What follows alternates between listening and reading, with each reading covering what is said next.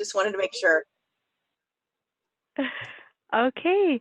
Good morning, everyone. Can everyone hear me okay? Thumbs up. Okay, cool.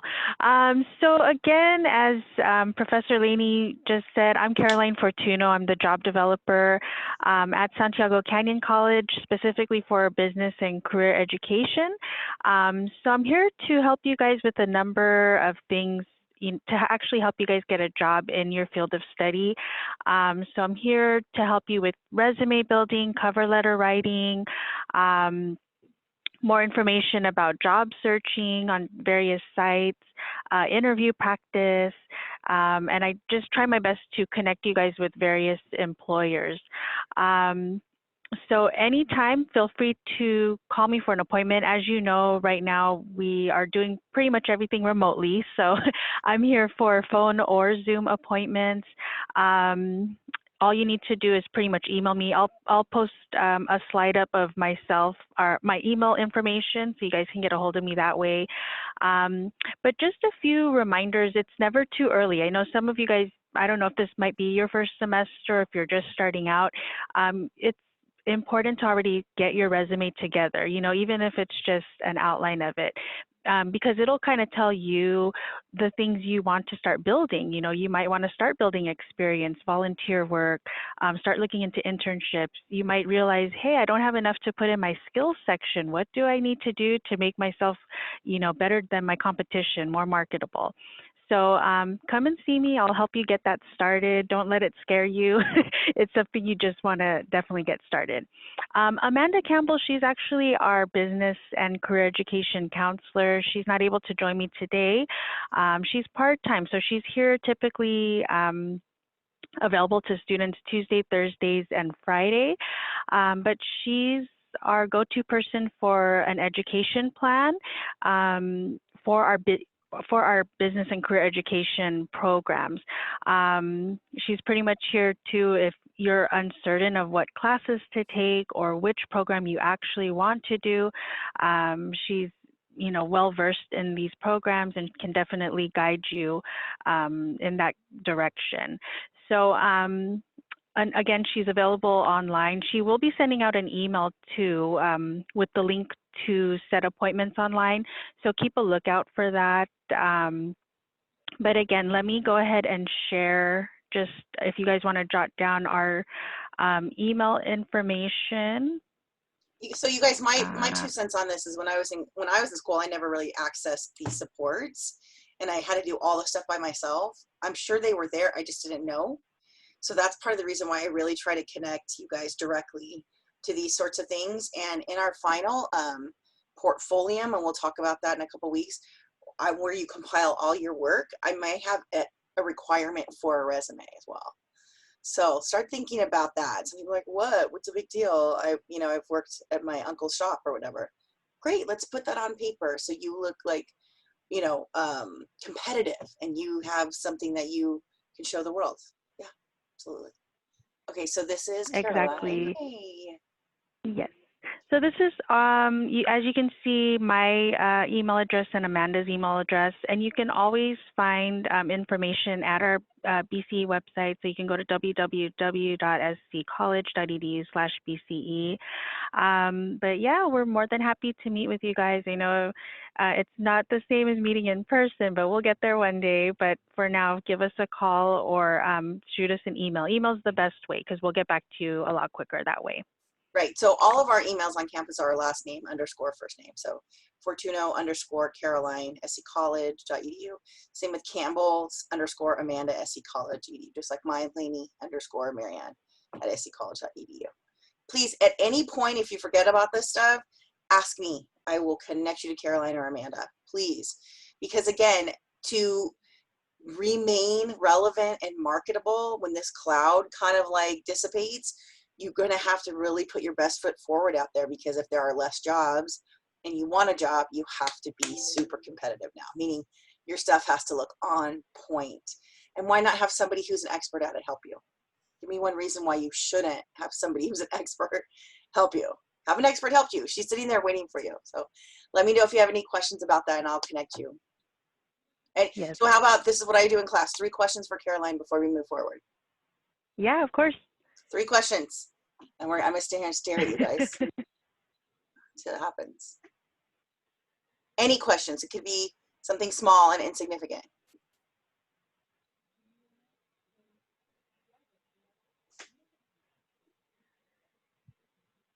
I'm gonna wait. And you guys know I have a teenager, right? So I can wait longer than that. Could we get like help to build resumes, but like say that you want to go into like a different field? Carol, yes, good question, Yes. Ashley. Yeah. So you can always just call me, let me know, and we can kind of see. Of course, Campbell would be that person to help you as far as a program if you're still not sure about child development. But yeah, I'm more than happy to kind of see if you already have a resume rough draft. I can still meet with you to see what's on there and can kind of give you some tips and guidance on how to improve. Yeah, So so just to if this clear, is yeah, not so, necessary. sorry, In I'm my so sorry case, to like, I've never worked before. It's kind of breaking up a little bit. There's that. Like, Ashley, you're kind of breaking up a little bit. My question is mostly like, could you help? Already in the chat. Okay, yeah. So just to Okay. clarify, I know some people are saying, well, if I'm not a child development major, then I don't need to see Caroline or Amanda. Well, you don't have to be a child development major to see them. If you're taking a child development class, they can tell you where to go, like start with them. And if you say like, no, I'm really like a biotech person, that kind of connects into our Biz BCE, but there may be some other resources that they want to, point you towards. So don't get all like, oh, I'm not a child development major, so this doesn't count for me. This counts for anybody taking my class. Yeah, exactly. We're here to help you out. That's what we're here for. And I mean, I'm really impressed with Santiago. I mean, I went to 2 different community colleges, taught at 4 different community colleges, and the student-centered focus here is amazing. So much resources, so much help that we can provide. So please, please, please access that. She's like like a winning scratcher that you didn't turn in. So please access that. Okay, 2 more So questions. I do Those see are good. Ashley's question. I see Ashley's question in the chat. It's if you don't have any kind of job experience, could we still be helped? Absolutely. So please come see me because I can try to find you something, maybe entry level, internship, volunteer work, something that's going to get you some types of skills, and we can help build the resume from there. So You got to start yes, somewhere. come see me still. Good. Okay, one more. I have a question. Good, Anissa. So could you help us get a job like currently if we wanted a job now, like we set up an appointment and schedule one now, even though like let's say for like example me, like I have a job right now in retail, but I definitely want something that's going to help me later on to work towards my future goal, which is like psychology, in like a major in psychology. So like I just want to know, like, is there like could we get help finding a job or maybe an internship that's going to help work towards that goal? Yes. So like I said, just email or call me. Let's make an appointment. We can discuss what your goals are. I can definitely see if it's under the umbrella of business and career ed. If it doesn't fall under our umbrella, then there's always someone that I can refer you to. But yes, we definitely have the resources and the tools to help you take those steps to getting a job that's more related to what you want to do. Right, and so psychology and child development do overlap a bunch. And so it's one of these things that's like, so sometimes maybe your entry-level job looks like it's a child development job, but that really does feather into psychology. That was my background was psychology, developmental psychology. And all the stuff that I did working with kids, you see your book with like 2 legs running in front of you.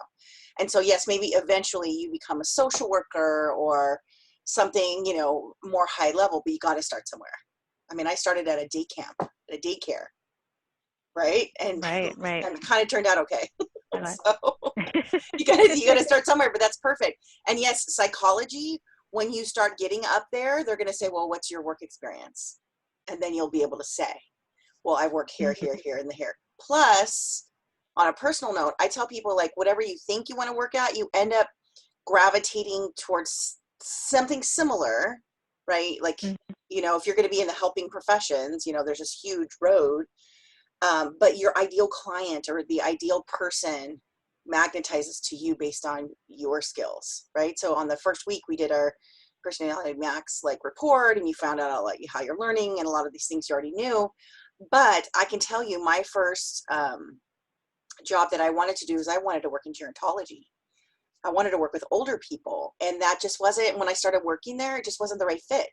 So then I was like, might as well work at this day camp or whatever, because, the hours were good. It was close to my home, and that was way better of a fit. And so, your first plan A doesn't always land, or even plan B. Like, I don't work at a day camp. I don't work at an after school program, but at the time it was ideal. It was a perfect fit. So as you grow in your changes, your job options kind of grow, you kind of go together. So you have to start somewhere, and psychology is pretty broad. Child development, psychology work together. So something could work out, even though it sounds like child development. Yeah. So, you'd be able to help, like, because I'm 18 years old right now. Would there even be a job that's like, because I don't know, I just feel like that field is more like you have to be older with more experience and stuff like that. Is there jobs that I could be at my age right now and still get those jobs? Yeah. And all the older Yeah, people had to start somewhere.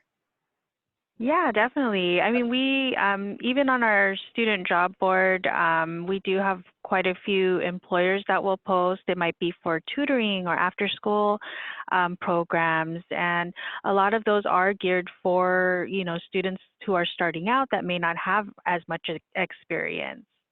So there's definitely some options out there, of course. Okay, good. Absolutely. Thank you. There's these new things like tutoring pods that are starting up. Where they just have a small group of students throughout school districts right now. I mean, like it's like 4 students, so we're not spreading things. There's also the after school programs. Again, psychology is so broad that you're like, can I work with children? Can I work with adults? Can I work with couples? Can I work with mentally ill? Can I work with the age population? So honestly, like all these different jobs is like trying on a pair of shoes, right? You hardly ever just pick the very first pair that you try on, or Right. just buy the pair that, it might look good, but you just be like, oh, that should fit, and just pick it right off the shelf. Maybe that might not land. Just like a job, it might not like be your thing, but you have to start somewhere and just kind of polish as you go. And got nothing but time. This year 18, it's perfect. Plenty of places will look at you and say, hey, we can train her from scratch. Okay, great. Thank you so much. Exactly. Yeah, just keep a No positive problem. outlook, because there's stuff out there. It's just as the cloud is clearing, things are starting to settle. Like, for example, I always tell people, try to work at a preschool if you can, because you'll know right away if that is your gig, right? If a bunch of 3, 4, 5-year-olds, like, if you're still energized at the end of the day, that might be your shtick. If you're not, then Right. in a couple months, move on, right? But here's the thing, preschools have been shut down, and now as they're opening up and everybody else had lost their job prior and maybe moved on to a different, career or a different job, or moved out of state or whatever, there are these little places that are now looking for people, and we're really looking to get quality people in the right positions. Yeah, good question. Exactly. Hey, excellent. I love it. You know what? Again, I'm really hoping you guys utilize Caroline. Okay. And if for some reason you forget about what we talked about here, I am recording it. I will post it. Again, if you, for whatever reason, still have a question, just ask me. And I either ask her or I just kind of like help refer you there. And then again, if she doesn't know, we'll figure it out. I think we have a good team on campus. A lot of support on campus. Yes, definitely. Yay. All right. Well, Well, I'm glad thank we you got it all so much. figured out.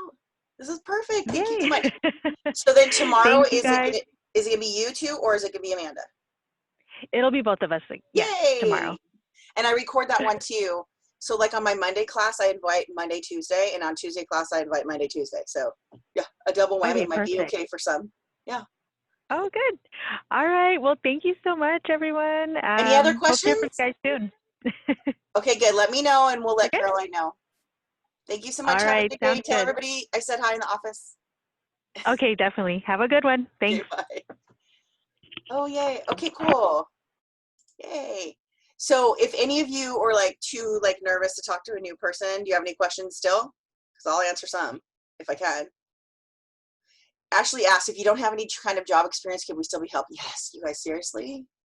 She is so sweet and kind. She will sit with you and be like, okay, what do you like to do? And what have you done in the past? And even if you're like, I've only babysat my my little brother. Yeah, we can work with that. We can work with that. What kind of internships do you think that she'd have available to like? Well, I segue? don't know of all the current ones. Okay, well, I don't know all the current ones, but we are developing, I know for us, because of our department, we are developing partnerships with local like preschools and in-home daycare centers to where we are actually creating an apprenticeship program. Yeah, so you have this structured learning and then you get paid and you get raises as you go through the program. And our apprenticeship program, I mean, it's going to take a little bit more like developing and planning and whatnot, but our goal, the reason I was hired for this college, for this department, is to create an apprenticeship program for special needs. Because in the future, or now, I mean, it's 1 in 10 or 4 in your gen ed class that are going to have unique needs that everybody needs training in. And so out in the industry, there's the ABA, applied behavior analysis jobs out there. So when you work with kids on the spectrum and you help them learn skills and behaviors and things like that, you actually go into someone's home. They even have clinic positions, but that's an entry-level job right there. And there's 50-something agencies in Orange County looking for people. Yeah. Yeah, and I can even point you to the agency that comes into my house Monday. Well, not into my house. They're on the tablet, but they'll be back in the house maybe by October. But I have Behavior Health Works as an ABA company that comes into my house Monday through Thursday. And it's like they're basically online doing a Zoom meeting for like 2.5 hours. And one's like, you know, they're both like 20 something, like Hispanic, like cool young people, you know, and he's like, you know, he does the same thing with them as he does with me, argues, and you're not cool, or let's listen to music. And it's kind of like social skills training for kids who have differences in their brain and whatnot. So I'm telling you, if you guys want a referral to that, I can give it to you directly. But there are 50-something agencies just in Orange County, always hiring. I worked at Easter Seals for a couple years doing that sort of stuff too. And so people are always hiring. Yeah, so just like reach out, and I will definitely, what I'm going to do is I have some other ideas that I want to run by Caroline first, but yeah, always reach out to me and Hirsch. I mean, she's literally sitting in her cubicle trying to figure out, all she's doing is talking to the community and saying like, do you want to hire people? Who are you? What are your skills that you're looking for? Do you have an internship? Do you have an apprenticeship? What do you got? What do you got? What do you got? What do you got? That's all she does. So she needs to plug you guys into those community resources. So give her something to do. I'm not saying she's bored. I'm just saying, like, you know what? If somebody's doing they're ready to do their job for you, then let them do their job for you. Yeah? Thank you. Yeah, cool. And ask me any questions at any time. I'm telling you, I'm a huge fan of professional development, meaning you got to start somewhere, and it's okay to be somewhere for 6 months that you don't really like, because now you know that's not a good fit for you. Trust me, I've driven for Lyft. I've worked at Starbucks. I've worked in retail. I've worked with probation. I've worked for the county, the state, the federal government, nonprofit, private, everything. I've done everything. I used to be a process server. You know, the people are like, you've been served. I used to do that. So I'm a big fan of like, get a wide feel for what you could do, and then figure out, oh, that doesn't work for me, and that doesn't work for me, and that doesn't work for me, but this does. That's a good way to figure it out. Yeah, you gotta start somewhere. 18 is a great time. Yeah, I was in retail at 18. But that's good too. They just tell you about the underbelly of humanity. Yeah, see, like I like retail, but I feel like there's not enough room for just to like kind of go up in the business, and you can't really do that. It's hard. So retail is what you do while you're going to college, and then what I tell people, don't wait till the end of college to get like a real job. Okay. Like try to get those two things together, because that's the key. For you may have friends, or maybe even was your parents, who are like, I went to school for 4 or 5 years straight and then got a job. And yes, well, there's benefits to that. I don't think our life sustains that anymore. I mean, I don't know if anybody can just live at home and just not pay rent and just go to school and not just work. I know there's plenty of people who do it, but I think to be competitive, you have to do something a little bit better, a little bit more intentional with your schooling and your goals. And again, like I said, my first goal was to work with older people, and I started, volunteering, because I wasn't sure, because everybody would say, oh, you're so really good with the older people. I was like, I'm not sure, but maybe, right? So I volunteered, and I was like, oh, that's fine, but I just couldn't see myself doing that forever and ever. So, and then I switched into daycares and day camps, and I did different roles in there and all kinds of different stuff. Yeah, there's always something to learn by taking on a new role, even if it's for 6 months. Yeah. So yeah, let's talk more about it. If you guys have any questions, ask me at any time. You know it. For those of you who were like asking me questions last night at like 10 o'clock, I'm like, blah, blah, blah. So maybe sometimes in the morning I'm a little slow, but at night there I am. Okay, good. Good question. Ashley? So my only job experience is like as a healthcare worker. So I'm a caregiver for my mom. That's great. And I've only worked for like actual work for like 3 months, like as retailer. But I don't feel like that would be good experience. But Okay. I don't really know.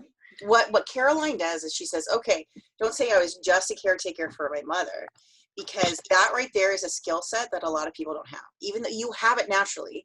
Even on your gardeners, it may say high interpersonal skills, right? On your gardeners results from the personality bags, high interpersonal skills is a key factor. We are always talking about soft skills in the job world. So people who need to get along with other people. And just to be able to be patient and care for somebody's medical needs is huge. And retail is retail. I think everybody should do retail or food. Just so it's like boot camp. It's like humanity boot camp, you know, just so you know how to treat people and how people can be. Because another thing is problem solving is a great skill to have. And if as a healthcare caretaker, it's constant problem solving, right? Organization, meds, appointments. You have skills inside of this, just this little job. No, it's a big job, right? And those skills are transferable to other things. So let Caroline work with you. You know, now that she's going to present to classes, she's going to start getting busy. So get an appointment in there, call her, email her, and then, yeah, just sit and work with her. She's super sweet, super patient. And patience is another huge soft skill. So don't cut yourself short. Everybody, do not cut yourself short. Yeah, of course. Good. Good. Anyone else? Okay, great. Excellent. Let's switch gears. So as we're wrapping up, last week we wrapped up chapter 3. So again, thank you last week for being really, really patient. Really excited about getting into chapter 4 because it's the prenatal development and birth. Woof. This is the one where we talk about babies getting born. And I can tell you every once in a while, this topic does leave people a little, what's the word? Woozy. So I don't want to like undercut it, but at the same time, if you need to step away, if you need to shut off the screen as we're talking about certain things, feel free to do so. Again, I'm recording it, so you guys can come back and watch it later. But so how many of you actually got into the chapter real quick? Like actually like looked through the chapter, started your outline. I made sure everything was ready to go. Like this week. Again, the quiz doesn't come up till like Wednesday or Thursday. But again, this is all about, I mean, you guys know most of this stuff. So who's gone into the chapter? I have 4 pages left to read. It's a good one. This is kind of like, so it's a lot. I'm actually pregnant right now. Oh, wow. Congrats. Thank you. So just reading it and like sharing some of the information has just been great. That's awesome. So how far along are you? I'm 14 weeks. Okay, good. Okay, perfect. Perfect. You're going to see all this stuff kind of coming together.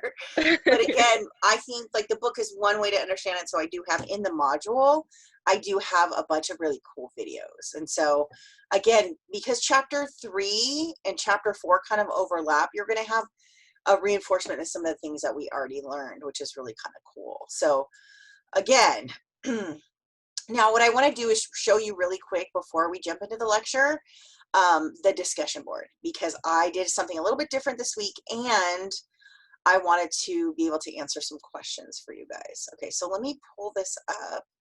Let me share the screen and then we will do that. Yay! I think the last time I taught, was it last semester? No, it was last fall. I had a student in here. Was it in here? Or maybe it was 205. A student in here, his partner was pregnant, so we could talk. So we could talk about stuff. Okay, hold on. Let me share the screen.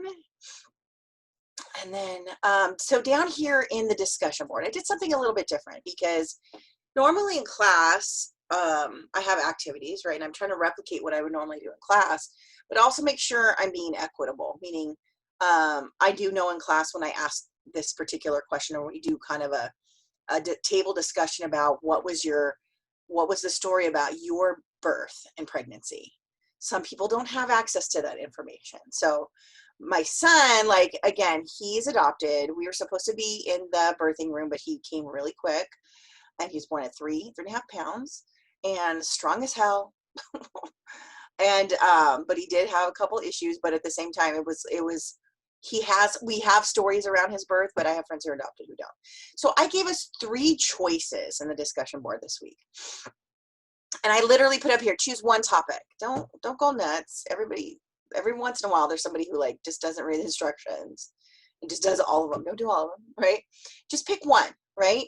And then you'll see when you post your, whatever the instructions say, in the discussion board, there'll be some like crosstalk, which is good because you kind of will all see everybody's crosstalk. And this, again, this information is not hard. It's just, you have options, right? So first one is find out about your own birth. So you'll have to ask, whoever has that information, might be your mom or dad or caretaker or grandparents and whatnot. Just basic stuff. What was your height and weight? I was 7 pounds, I think regular, like, I forget how long. 7 pounds straight, 7 pounds. And did your mom have an easy pregnancy and delivery? I mean, because your mom will tell you, oh, you were so easy, or like, boy, you was hard. Like, they'll tell you, I was sick the second I got right. Like, they'll tell you, right? I have a friend of mine who said, like, all my girls were super easy, but my boys were hard, or vice versa. My boys carried really low and they were super easy, but when my girls, they were being drama queens before they were born. So that kind of stuff. And then any sort of noteworthy story, like who were you named after? Was there a certain something that came up that day where your parents have to deliver you in the car or something? I don't know, whatever. It doesn't have to be so dramatic, but for me personally, in 1972 when I was born, I was breech, so that means that you come out butt first. So of course that explains a lot, right? But now after 1975, that was an automatic C-section. So what they do when the baby's difficult to come out, and the reason why you want the head to come out first is when the mouth opens and the lungs expand, you're not inside breathing in liquid, right? Okay, I'm gonna mute you. There you go. And so a breech birth is a little challenging. So they use kind of like tongs to go in and like get the baby's head and pull out. So that was it was kind of a traumatic birth. My pregnancy was fine, my mom said, but the birth part, they put like lumps in my head. I have like weird lumps in my head since I was little, and let's see, and when they were pulling me out, they kind of broke her tailbone. So that would be like not a great story, but that's what happened to when my mom, she now had 2 toddlers at home, my brother and sister, and she was in a brace like for her hips and holding an infant. Yeah. And we'll talk about attachment theory later, because me and my mom's attachment never landed after that. Trust me on this one. Trust me on this one. So again, if this is your choice, great. If not, then watch this documentary. Now this documentary is long, but if you just have to sit and watch a documentary and report to a discussion board, easy. But yeah, this is really basic. What stood out to you, what shocked you, was something you never knew, right? They talk about what babies can hear, what they can taste, what they're aware of, all kinds of different things. All the different things about what part of the body develops first, develops last. It's really cool stuff, cool beans. Last one is if you're really interested in the genetics part of it all, go to this website and create your own baby. It's weird, I'm not gonna lie, but I put it out there. So what you're gonna share is what qualities did you choose for your child, because genetic modification is out there right now. If you literally type a Google search that said picking the gender or picking the eye color of my baby, there's over 1 million responses, and there's one doctors in Irvine who said that we can help you pick your gender and help you pick your eye color of your infant. but they do talk about dominant and recessive genes. You can't just like, oh, I want my baby to have plaid eyes. No, it's not gonna happen. Right? So you guys have 3 choices here. So pick your A, B, or C, follow the instructions, post to the discussion board, have it done by Sunday. Cool. Questions on that? Giving you guys options. Trying to keep the discussion board a little bit different every time. Giving you guys options hopefully will be equitable and be interesting to all of you. Because I know things are different for everybody. Just remember, now that you're in college, you get to pick what you want to know. Yeah, the book gives you the information, but what else do you want to know? Like, I'm always fascinated about having the same genes as you know, my siblings, but turning out totally different. I'm always fascinated by that. Or I know friends who have, like, they're and their siblings, they all are in like the medical field, or they all became teachers or what like that. And so it's one of those like, you know, it's like I have somebody coming in and out of the meeting. Yeah, so okay, any questions on the discussion board? Let me answer her in pronto real quick. Questions on the discussion board. Pretty straightforward. Choose the one you want and go for it. Okay, let me move this over. Okay, cool. Hi, chapter 4. So today we're going to get through chapter 4, part 1. And there's a lot in here. This is a really kind of, I think this chapter could actually get split into 2 chapters in my opinion. But at the same time, like, I think they do a decent job about making it happen. So again, for our learning outcomes for chapter 4 include some questions that you should be able to answer at the end of the chapter. Really easy. And some of these you can answer now. Why do most zygotes never become babies? Remember, who can tell me what a zygote is? It's a fertilized egg, right? Easy. Perfect. You got it. You got it. So we'll figure this out. We'll talk about this a little bit more. Are home births ever best? That's an interesting question. 3, what can a pregnant woman do to ensure a healthy newborn? And even remember, when you eat well and sleep nice and exercise and you're all super organic and you're doing, like, you know, prenatal yoga and whatnot like that, there's still mutations that can occur. So just know that, you know, do as good as you can and then see what you get. It's really like that. Why do new mothers and fathers sometimes become severely depressed? Wow, it's crazy. Let's see. There we go. Okay. My mouse, like, you know that little wheel in the middle of the mouse that I use like all the time? It's not working. So I'm like, I hate that. I was like, oh, I hate being so like dependent on one little button. Okay, so prenatal growth. 3 main periods of prenatal development. How do you guys remember this in order? How would you guys remember GEF? Germinal, think of like a little germ, like a little dot. Embryonic, like an embryo, so it's growing. And fetal is a little bit closer to consciousness and humanity. How would you remember these 3 main periods in order?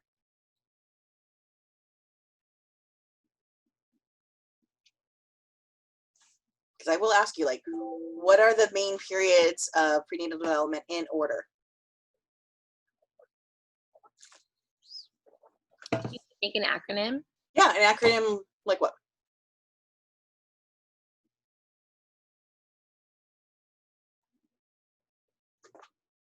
I want you guys to come up with it with your, I mean, it's really obvious, but I want you guys to hear it in your voice. Would it be Jeff? Yeah, I mean, like, we wouldn't spell Jeff like that, but Jeff is a nice way. But if you wrote germinal with a J, you would maybe be like, oh, well, that's not it, but there's a G. Like, I think that's the best way to remember it. Jeff, like, my friend Jeff, right, does things in order, right? So again, we'll talk more about this. Let's see if I can get it going. I have a mouse. There we go. All right. So in our book, we talk about the different timing and technology that comes with the beginning of pregnancy. Now, again, there's some really interesting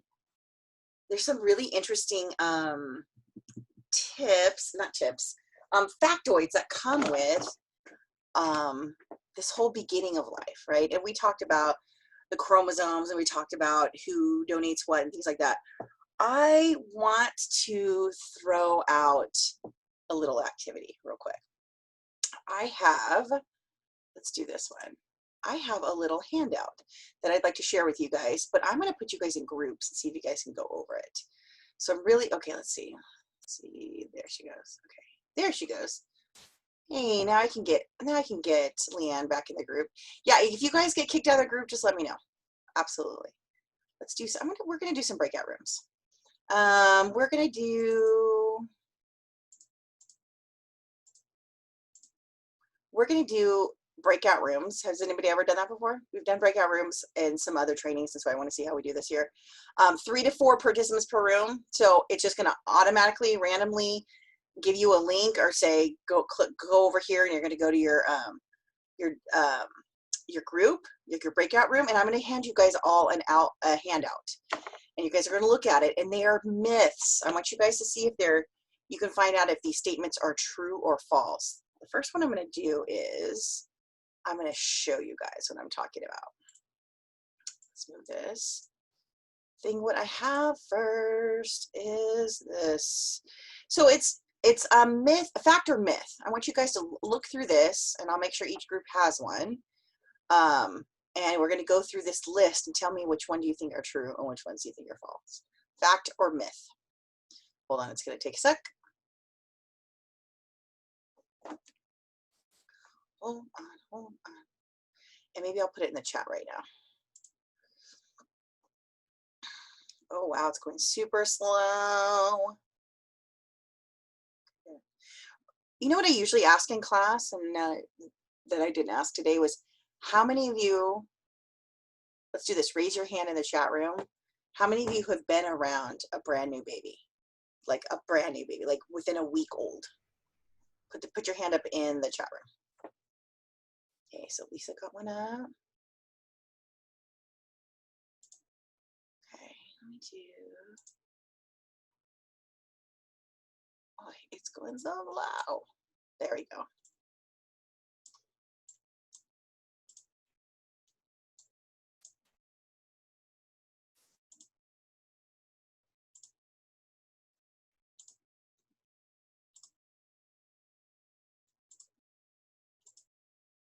Hold on.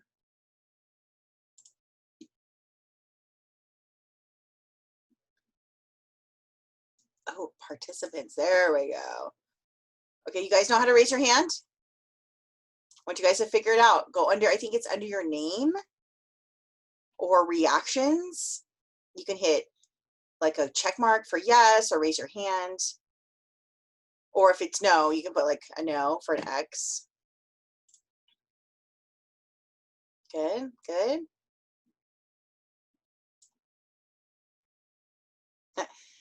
My reactions that I have is thumbs down, thumbs up, clapping, a cup of coffee, and away. Need a break and away.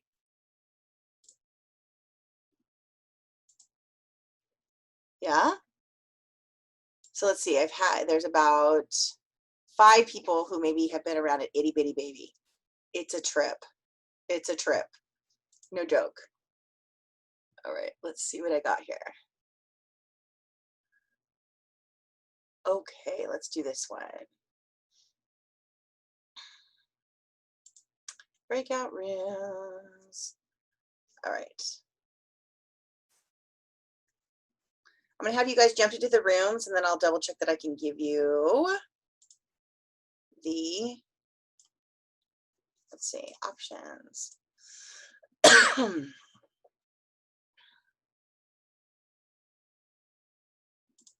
Okay, we're gonna automatically close the breakout room at 10 minutes. Let's do it 5. We can do it. I'll give you guys like pressure to like read these things and go down it. Okay, good.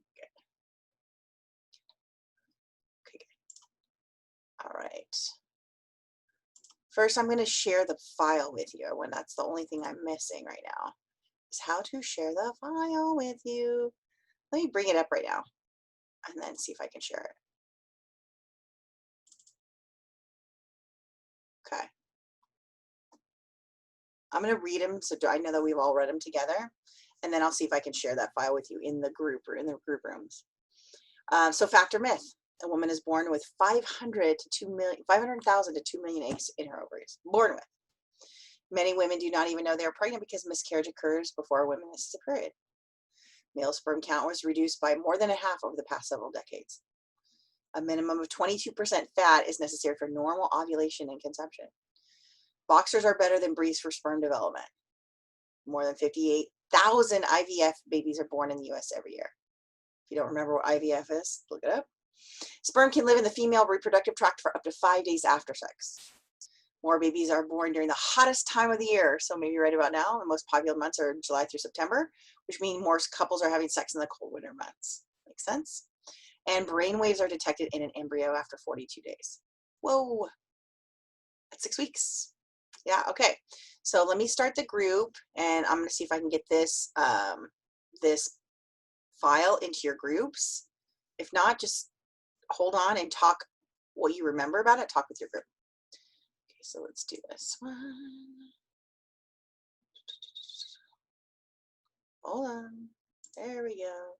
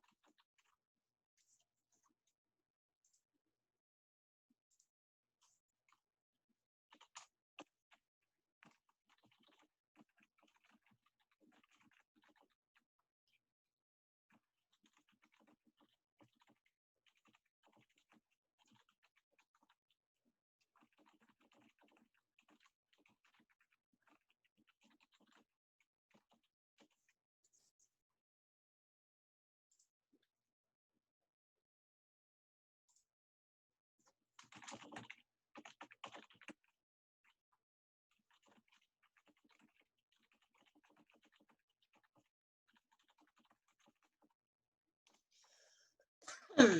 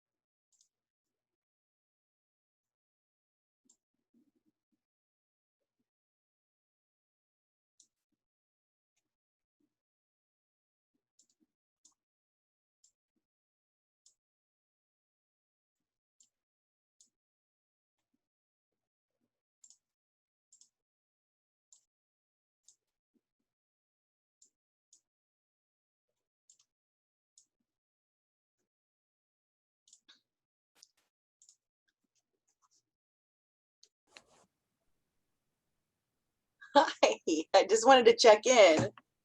Samantha, Victoria, how's it going? Hi. Hi. You got all the little statements? Yeah. You guys talking amongst yourselves? Yeah, we just finished answering the last one that you sent us. Okay, cool. Perfect. Yeah, with 2 of you, it's super fast. I'm just kind of checking it. Okay, I'll see you back in the big room in a minute. Okay.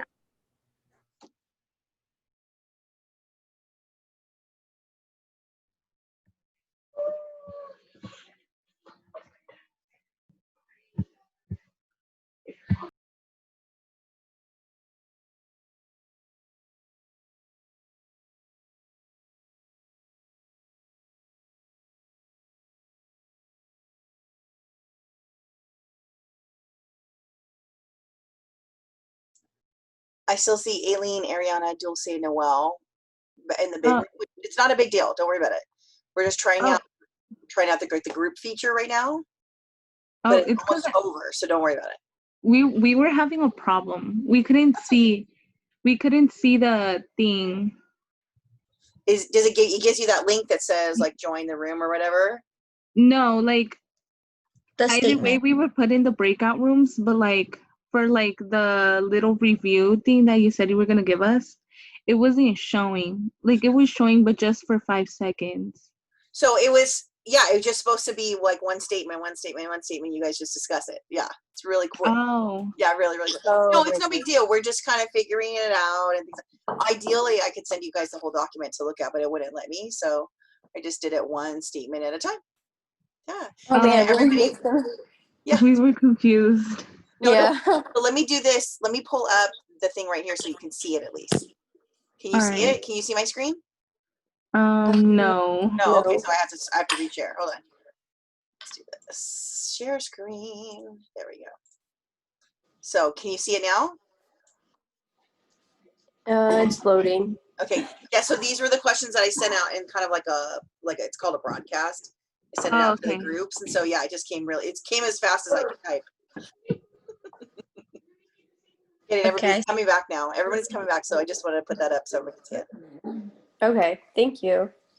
Of course. Thank you. We'll figure it out as we go. All right, everybody's coming back into the group. Nice. You can unmute yourself and let me know how it went in your little breakout group. What do you guys come up with? Which one's facts? Which ones are facts? Which ones are myths? Ooh, more people coming back in. Do you guys have questions? Which ones are facts? Which ones are myths? The one that we were like thinking of that we weren't sure was the fifth one. Boxers are better than briefs for sperm development. Interesting. We said it was false, but okay, let me see if I can get the rest of the group back in here. Okay. Because I only have like 8 and I want to make sure. Okay. There we go. I'm gonna close. Okay, come on back. There we go. Come on back. Ooh, good. Okay, so they'll close in about 60 seconds. So, all right. So you guys went through it and you had a question on number 5. All right, I just want to wait till the group comes back. It's going to close in about 30 seconds. Let's put this one down. Maybe I'll have the guys answer that one for you. It actually kind of piggybacks into number 3.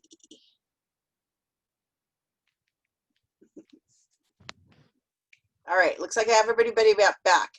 All right, so I have one of the groups had a question about number 5. Boxers are better than breeze. So let's, who else had a question? Who wasn't sure about one of these or 2 of these or 5 of these?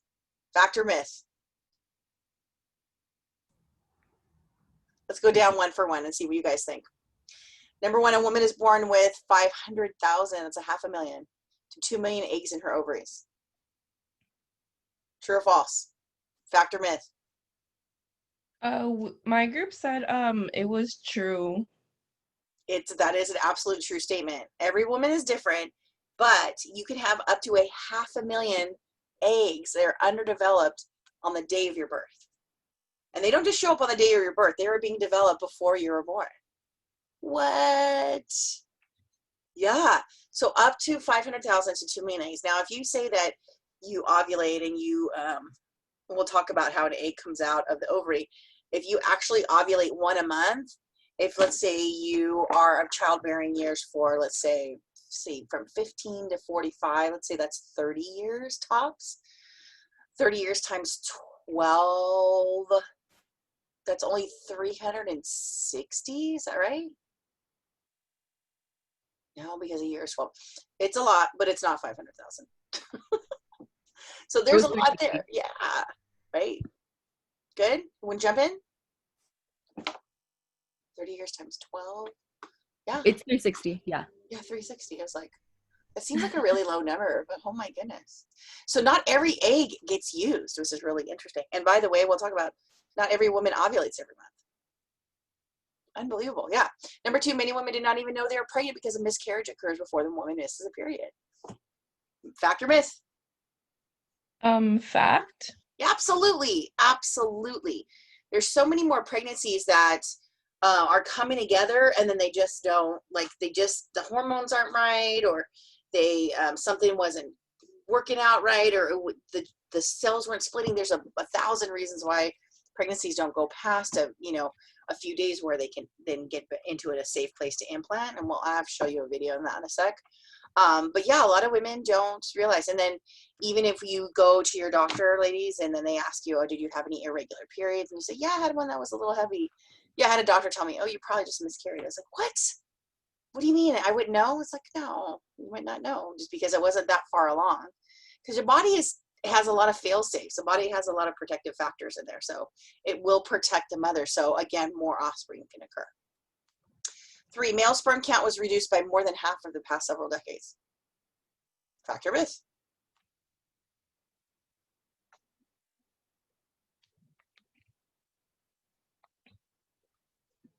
We said that one was a myth. Myth? Yeah, but we weren't sure. This one's a fact. This one is a fact. And you know what? Some of the research, because we talked about theories, some of the research has linked it to diapers. Yeah. So diapers, just like, women, we've heard like don't have like tampons can create toxic shock syndrome. It's something similar to where when like a male reproductive organ, which is the testicles, if it's being sat near this bleached diaper and then there's pee and urine going in there and the acidic value goes up and it's getting absorbed through the skin. So they're talking about that infertility is on the rise because it's not just women and stress, right? Or we're getting older before we have babies, but there's also things where men are exposed to certain things as well. Yeah. Professor. Yes, jump in. Couldn't it also be like over decades and decades, men are becoming or having less testosterone? Absolutely. There's not just one. Anymore. Yeah, there's not just one factor at all. Our food also creates mimics hormones are food. So like Yeah. soy particularly, and a lot of plants do have estrogen or testosterone like receptors. It's part of the plant world, but when it goes into our body, it doesn't always do the same thing it would do in a plant or in nature. So yeah, like testosterone is up and down, and a lot of it is also linked back to stress. So testosterone goes up and down because of stress, right? Women's hormones go up and down because of stress, and our life is not getting less stressful, right? It's like to the max. It could be Mountain Dew. Yeah, Oh Mountain no, Dew. it could be anything. Yeah. Honestly, people have researched that it's the mercury fillings in our teeth. When men work in industry and you're exposed to like radon gas or even like neon gas and things like that, it can mutate sperm. And so let's jump to boxers are better than briefs. True or false? Fact or myth? That's a fact. Yeah. 100%. Yeah. 100%. Gotta let those boys breathe. Yeah. So yeah, totally. When we were trying to get pregnant, they told my husband, switch. You gotta switch, bro. And he did, which was great. But his counts and his like statistics were like all the time. He was a team player, let's just say. So yeah, so the reason is that briefs can actually keep the scrotum really close or the testicle really close to the body, which keeps the temperature up, which is not as hospitable for sperm. So there's like this fine line between where the sperm really likes its little happy place, right? So let's go back. A minimum of 22% body fat is necessary for normal ovulation and conception. Is that a myth too? No, that's true. That's a truth right there. Now here's the thing. Yeah, 25% is a norm. 25% body fat is normal, like a typical like healthy percentage of body fat. But what happens is when women go under that, you will stop ovulating. Literally your brain and your body reads, if you don't have enough food for you, why would I sustain a pregnancy? When it's not a symbiotic relationship. It's everything the mother eats goes to the baby. The baby takes everything. The baby doesn't give. What does the baby give? Right? Hopefully the glow, right? Hopefully you get the glow, right? But the babies, they're not a live thing yet. They can't give back. They can't give you a hug. They can't give you gee willikers, mom, thanks. They can't give you that back, but while you're pregnant, they take everything. So you have to have a level of body fat that will sustain ovulation so that you can actually sustain a pregnancy. Yeah. So how would that work for people who are bodybuilders? Like, you can for still, women well, that that's the have thing. a low body for like fat percentage, how did they concept? Because I've seen people, especially on Instagram and stuff like that, like they could be really toned, less body fat than 22% and still have babies. Yeah, normally. and that's up to you. And that's everybody's body's different, right? So if that is kind of like your body style and you can go to 18% and you can still have a period and you can still get pregnant, then awesome. But most people aren't bodybuilders, right? That's a real small percentage of humanity. So people are like that. Some people can run a marathon at 8-9 months pregnant. We already eat a lot of food compared to past like decades of humans. Yep. And bodybuilders actually eat more food. Yep. Like they eat 6 to 10 times a day. Yep. So the caloric sustainability. Not saying I'm a bodybuilder, but I do eat food. So yeah, right. The tricky thing. So the caloric sustainability for another, because here's the thing: a pregnancy only takes about 400 to 500 calories a day extra. People are like, I'm eating for 2. Don't double down. It's like a muffin, like one of those kind of like big muffins is like 400, 500 calories, and people overdo it. Yeah, because we overdo it a lot in our developed society. But yeah, some people can have like very low body fat, but if they're sustaining the caloric intake, it's just like it's like a hamster wheel. It goes in, they burn it off. It goes in, they burn it off. It goes in, they burn it off. Versus the rest of like me, who like I eat more and I don't burn it off. So that's the thing. But a lot of people, for the most part, are not bodybuilders. But yeah, you'll see those people on Instagram who are like totally ripped and like I would actually like doing this, and they're like 7 months pregnant. You're like, okay.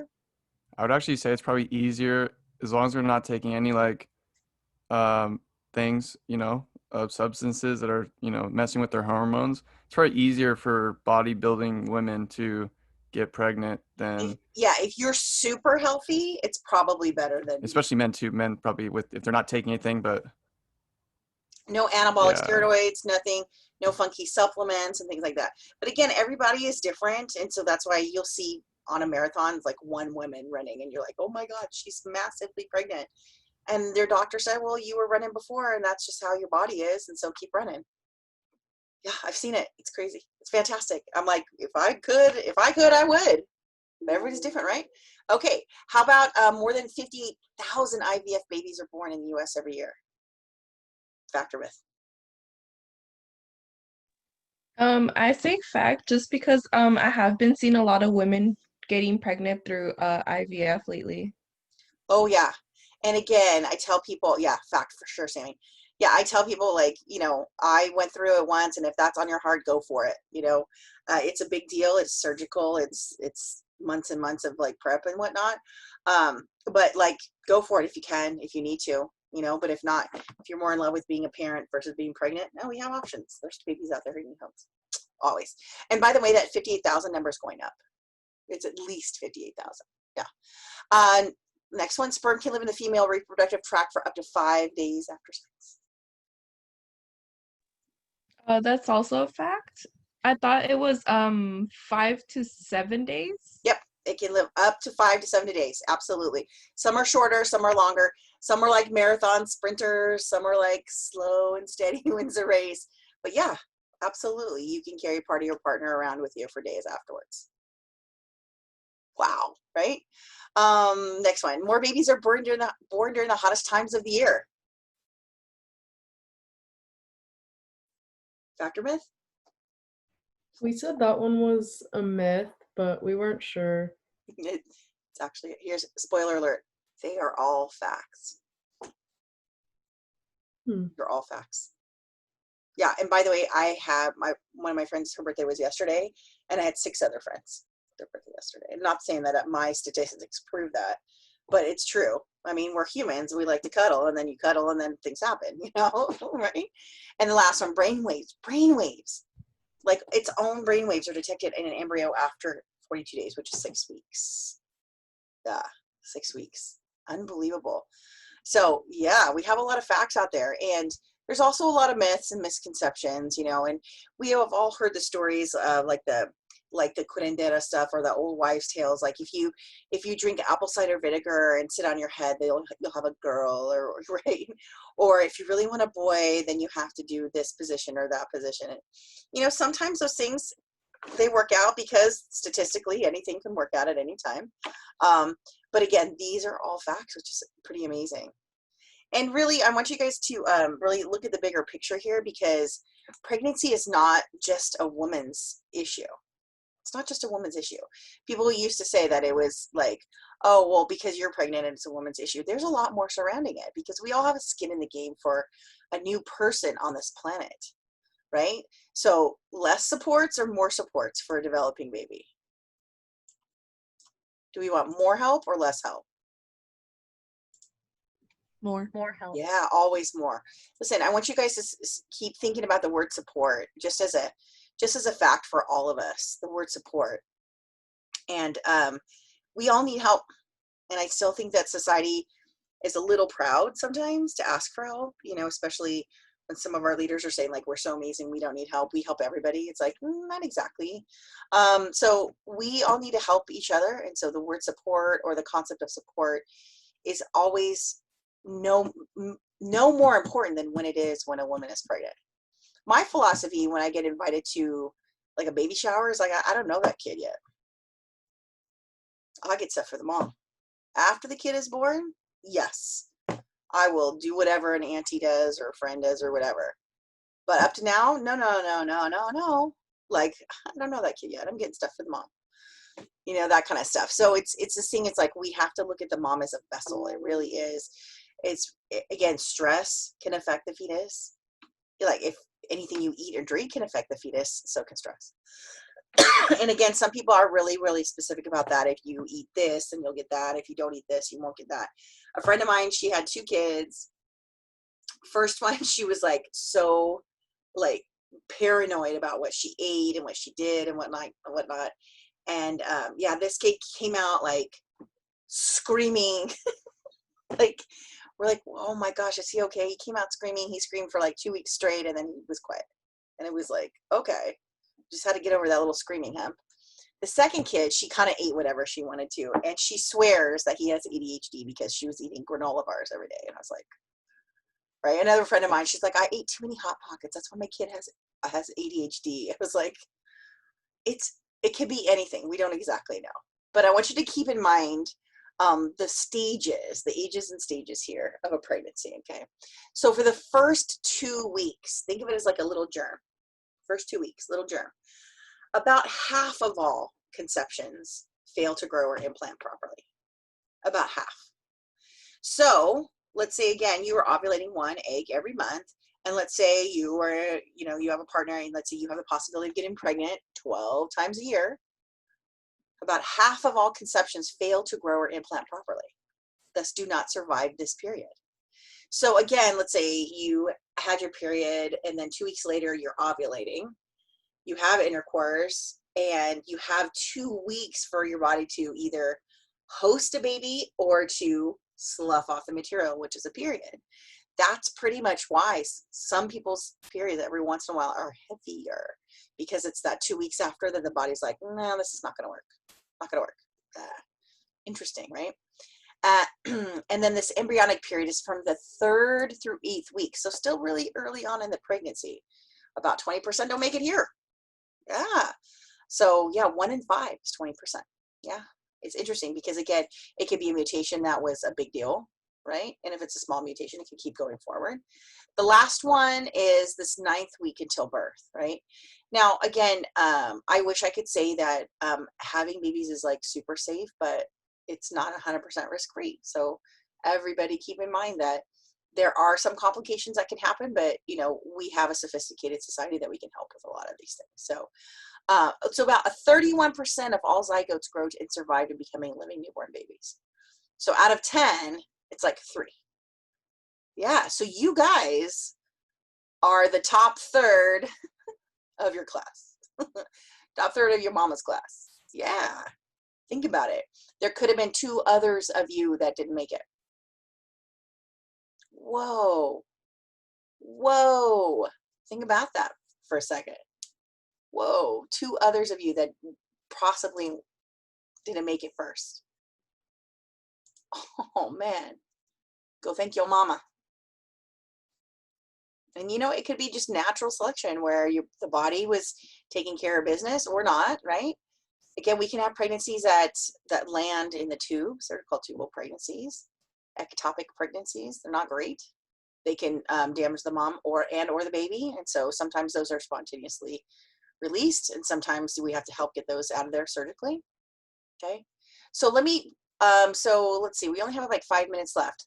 I want you to see here. Let's do fertilization. Ovulation is a good video. There's a good ovulation video in there. So guys, watch that so you know what ovulation actually means. And then this one is kind of like the meat and the potatoes. This is the actual fertilization. And it's a sample video, so it does have like a nice watermark over the whole thing. So please be flexible with that. And in the module, I put so many different options of videos and by pregnancy, by weeks and stuff like that. It's crazy. So a bunch of stuff.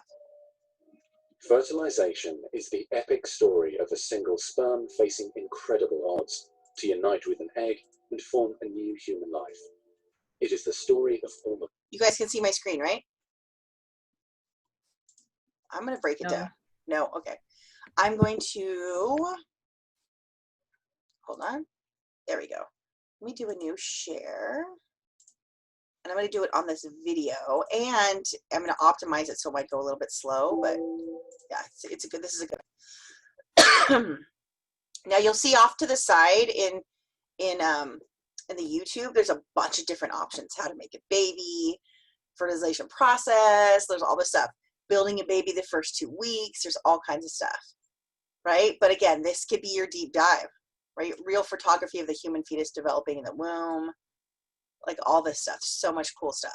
You guys can see it now. It's a sample use only. Yes. Cool. Great. of us.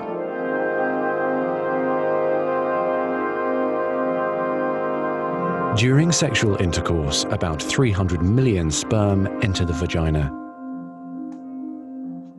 300 million, write that down. Soon afterward, millions of them will either flow out of the vagina or die in its acidic environment. However, many survive because of the protective elements provided in the fluid surrounding them.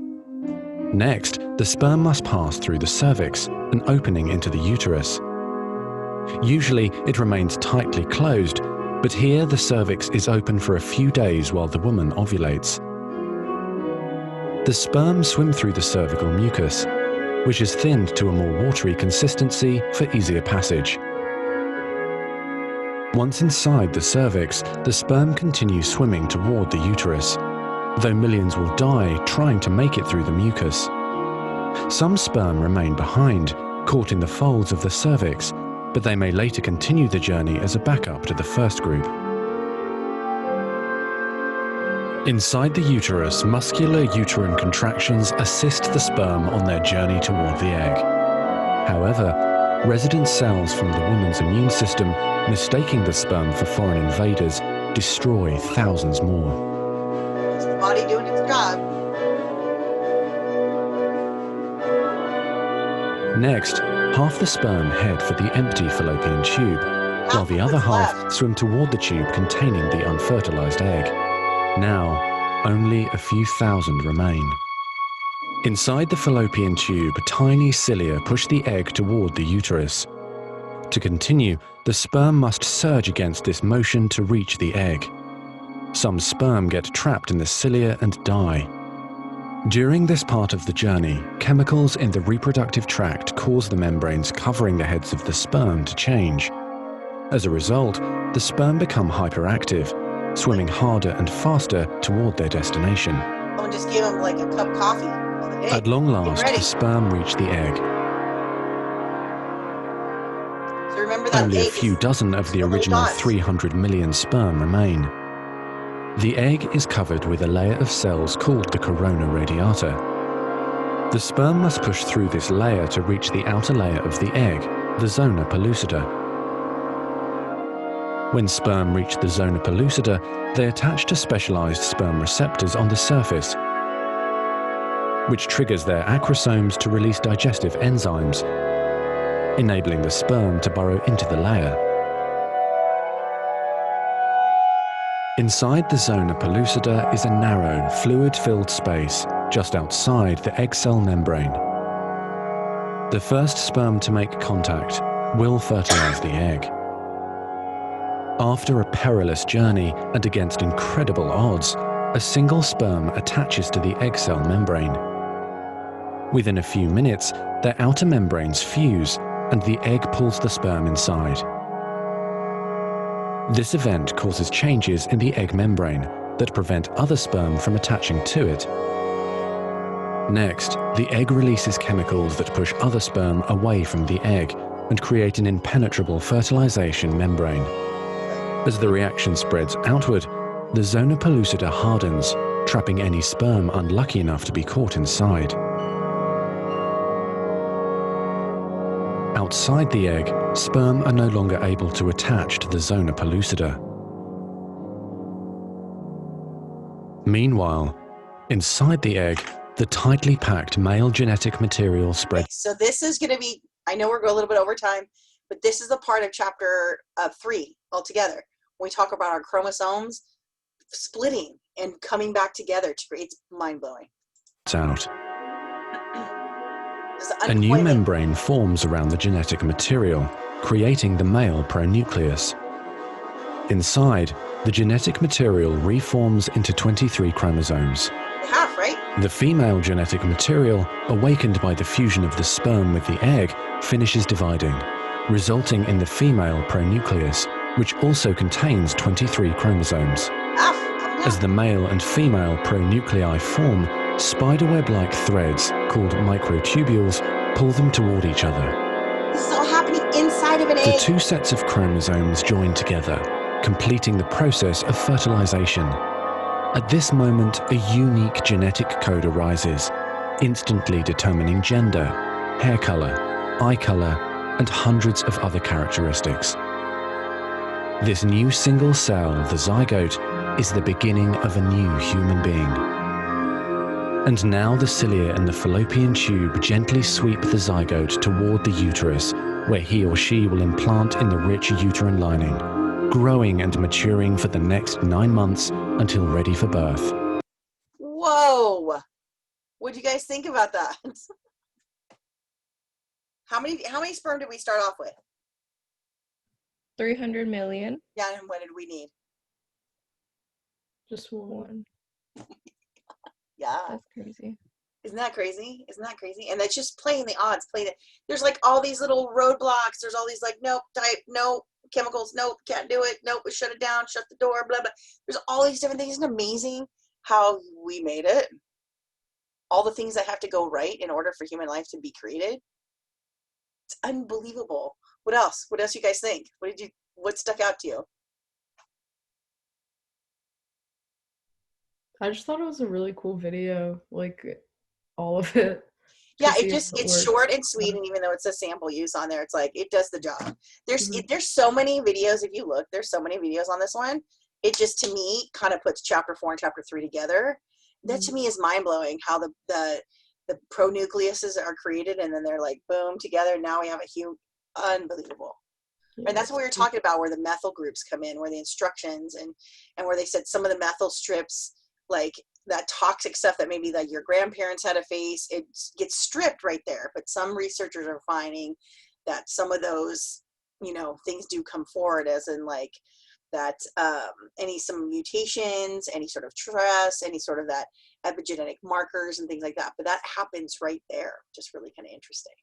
Unbelievable. And it's happening inside of an egg, moving through a fallopian tube, hopefully ending in an implantation. Oh, okay. We're going to stop there, but I want to make sure that you guys, if you have any questions, I want to make sure